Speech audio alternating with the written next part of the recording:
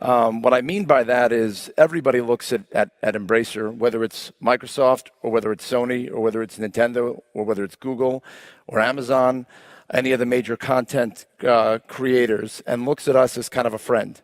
We're on everybody's side. We're neutral. And maybe that's a Swedish trait more than anything else. I don't know. The Americans don't seem to be too successful at that. But ladies and gentlemen, here we are talking about Saints Row. Not this awesome title right here, starring Nolan North. No, I'm talking about the reboot from 2022. Do you remember that? Well, here's a quick flashback, folks, and I deeply apologize. Now, while making this video, ladies and gentlemen, an old article from GameSpot.com from 2014 sheds some light as to why the next Saints Row turned out to be a load of dog doo-doo.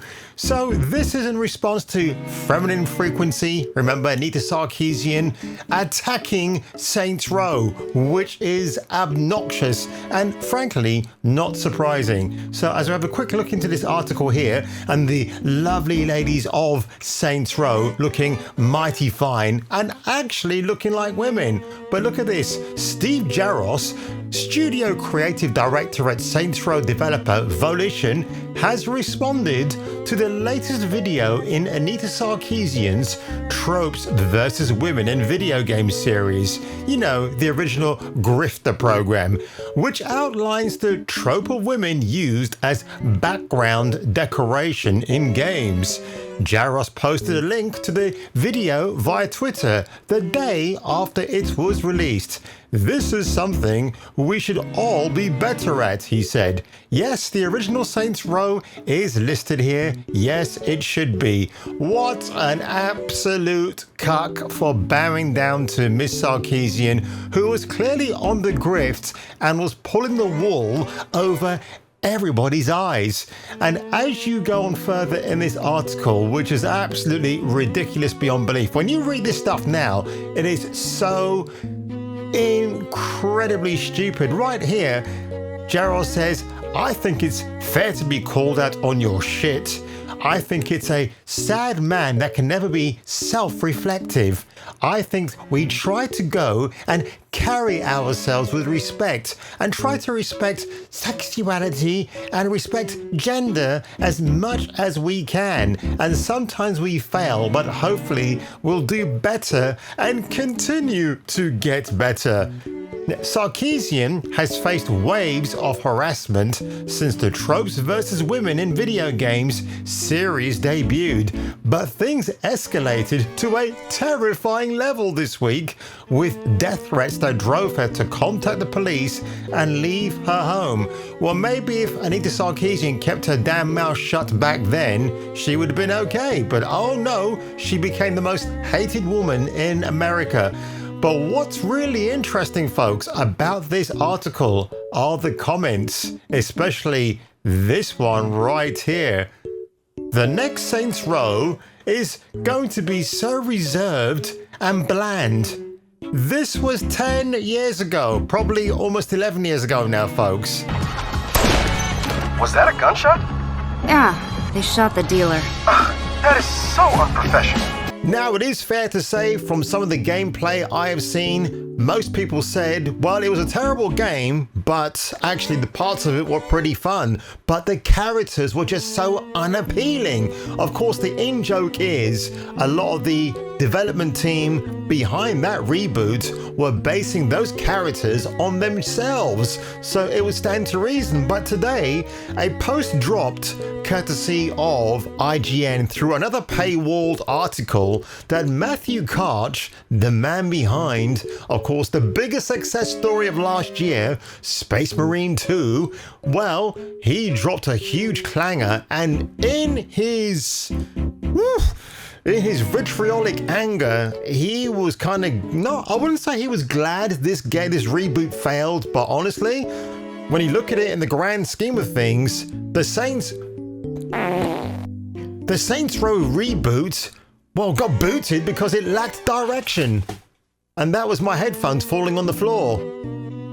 Nope, you do. You're the communications director. Fix this. Can you give me 100% employment? No. Will you get married? Fuck no. Then I think we're in trouble. King, can you have this naysayer assassinated? Not when you say it publicly. Yes, hallelujah, it's the video show. And now, the man the BBC calls Jason King on Kung Fu Hot Dog. So, courtesy of Eurogamer, Saints Row Reboot developer didn't know what they were building, says the Saber CEO criticizing shuttered team. It couldn't last, in quotes. And this is what I'm talking about. Why on earth would you want to play as any of these boring ass characters? No Johnny Gat, no one else to make you giggle and think, oh yeah, I like that character. Oh no. And look, I mean, my goodness, if you talk about the downgrading of females in video games, this chick right here, she's barely got any titties. I mean, good heavens me. I mean, and look, she looks like Hannah John Kamen, the actress who's going to be in the Thunderbolts movie this year for Marvel. No, thank you very much. Oh, by the way, I mean, this monstrosity right here, well, that leaves a lot to be desired.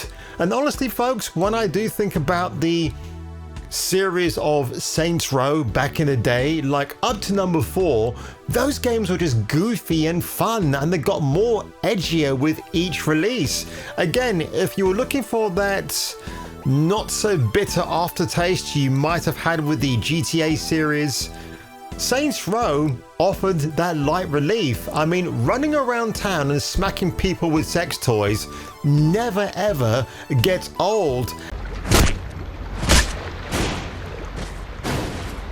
And this was the team of Deep Silver, Volition, who absolutely knew where they were coming from, and customers were just paying up by the dozen, man, because they wanted to play the game. I think it was even number 3. You had Kanye West's soundtrack in one of the scenes, didn't you? Even featured on the trailer. So, oh my gosh, it was one of those times, and that was Kanye West when he was still almost sane, by the way. But getting back to this article again, so the CEO of Saber Interactive has some pretty damning words to say about 2022's poorly received Saints Row Reboot and its developer Volition. As part of an interview with GameFile, which is paywalled, Matthew Karch spoke about studio closures and layoffs. Volition, you may recall, was shuttered in 2023 as part of them parent company Embracer Group's previously announced restructuring program.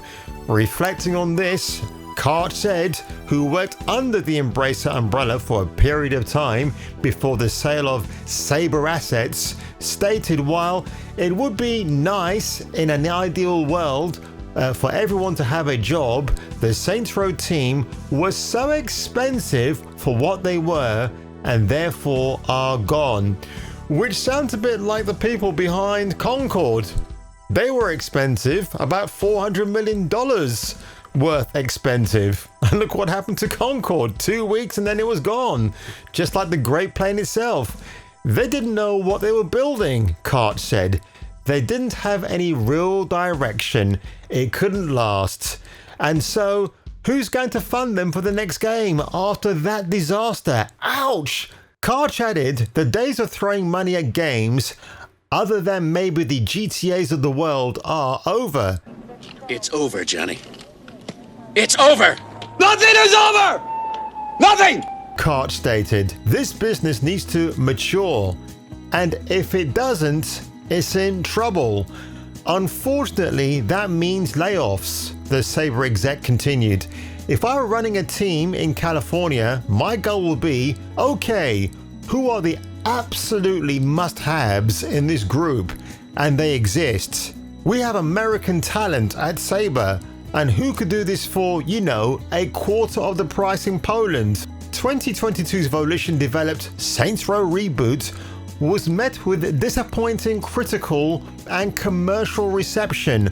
Following its release, Embracer admitted the game did not meet the full expectations and left the fanbase partially polarized. In a financial update shared in November of that year, we call Saints Row a snappy but slightly uneven reboot. Of course, Eurogamer would say that, wouldn't they?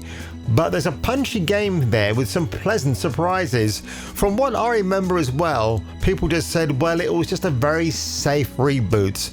Gone are the edgy jokes from the previous games, the tongue-in-cheek humor, the very big busty females that I worship. Oh no, this is a very safe, saintly reboot. But there you go, folks, the underdeveloped 2022 Saints Row reboot, which had some fun moments from what I've seen online, but none of the gusto, none of the edgy humor that percolated the previous entries, much to the point that when fans heard about this reboot and saw the look of the hideous looking character designs, you kind of knew that DEI and ESG was already in full flow here, because otherwise, why didn't they make the women busty and booby, which I absolutely love? You have the over-the-top muscular built male characters, right? None of that. No. It's all about the safe Saints Row reboot, because that's what people wanted. It's not rocket science, is it? People are going to say, we want more of the same. Give us the same Volition. And had it been a riotous success, Volition, I believe, would have still been around today. Maybe with one or two more good games in their good graces. Maybe not a Saints Row, but maybe something else. And there you go, folks. Another sad story from me to you today. I mean, is it sad? Are you feeling sorry? Maybe not. But if you want to leave a like below, maybe smash that subscribe button. I'll catch you catching me for the return of the next video. Now, you listen here. If you think you can cram your agenda past Congress, you are in for a rude awakening. You hear me? Now, let me tell you a little something about the greatest word in politics. Filibuster.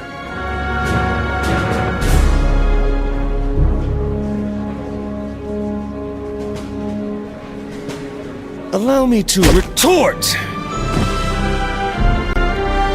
Hey, Doris, we still down for tennis?